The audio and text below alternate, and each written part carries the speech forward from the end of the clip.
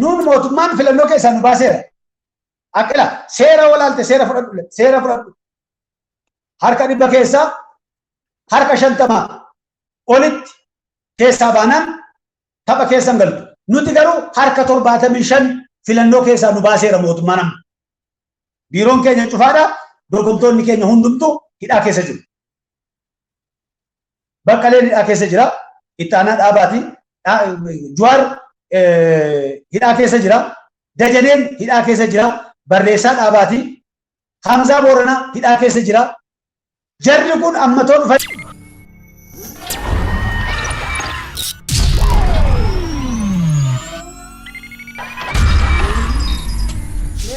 Bolbana mootummaan Itoophiyaa dhufaa darbaa ilmaan Oromoo bebbeekamoo ta'an dantaadhaan bituutti xiyyeeffata. Isa dide immoo ajjeesuu fakkeenyaaf mootummaan Haile Sillaasee akka agarii tulluufaa fannisanii mootummaan Dargii immoo akka Maammoo Muzammilii fi akka Hailee Fidaafaa ajjeechaa suukanneessaa irratti raawwatanii akkasuma Mallas Zeenaawiinis immoo warra akka Eebbisaa Addunyaa fi Nadhii Gammadaafaa ajjeechaa suukanneessaa irratti raawwate.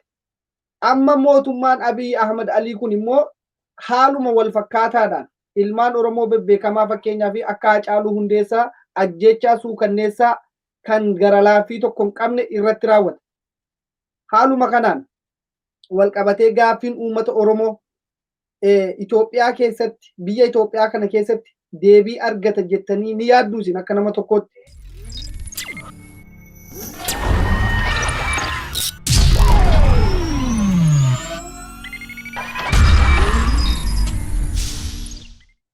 Kanaaf bara wayyaanee yeroon qabsaa'u miidhaa guddaan Oromoo irra gaheeraa jedheen qabsaa'e. Gaafa maayikalaawii galu garuu maalan argee hamma Oromoo irra gahe ol Hiwaat uummata Tigraay irraa miidhaa gaheera.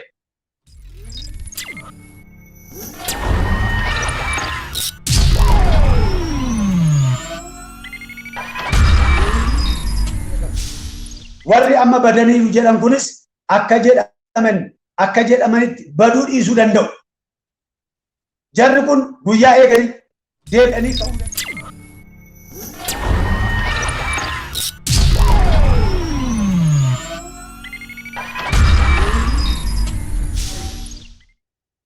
Biyyoon Afrikaa baay'een isaanii bilisoomaniiru. Gabrummaa adii jalaa gabrummaa gurraacha jalatti galani.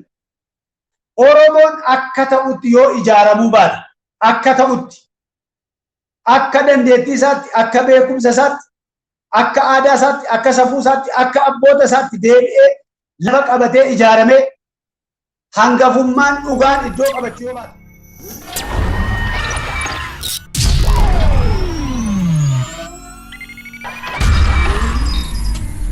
Isa kanadha kan dargaggeessa ijaaraa ture.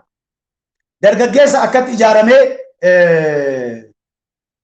nama hamma funyaanitti hidhate eenyuyyuu na sochoosuu hin danda'u tulluudhaan warra jechaa turani raasee qe'ee isaaniitti galche. Maal gooneetu ijaaramaa jenne wal bira dhaabbadhaa jenne walirratti dhagaa darbachuu dhiisaa jenne.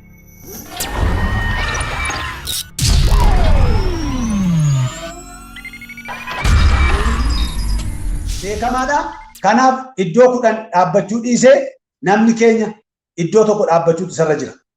Iddoo tokko dhaabbachuutu isarra jira. Iddoo nuti dhaabbannu sun immoo iddoo abaa'ummaa miti, iddoo kaafaa'ummaa miti, iddoo wallaggummaa miti, iddoo ooppiidhummaa miti, iddoo shawummaa miti, iddoo hararummaa miti, iddoo oromummaa, kiristaanummaa, waaqeffatummaa, islaamummaa otoo hin ta'in iddoo oromummaa dhaabbanne.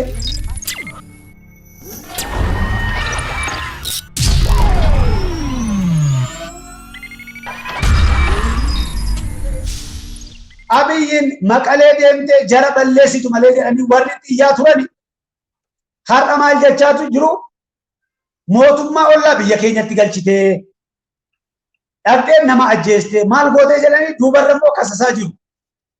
Ela waliin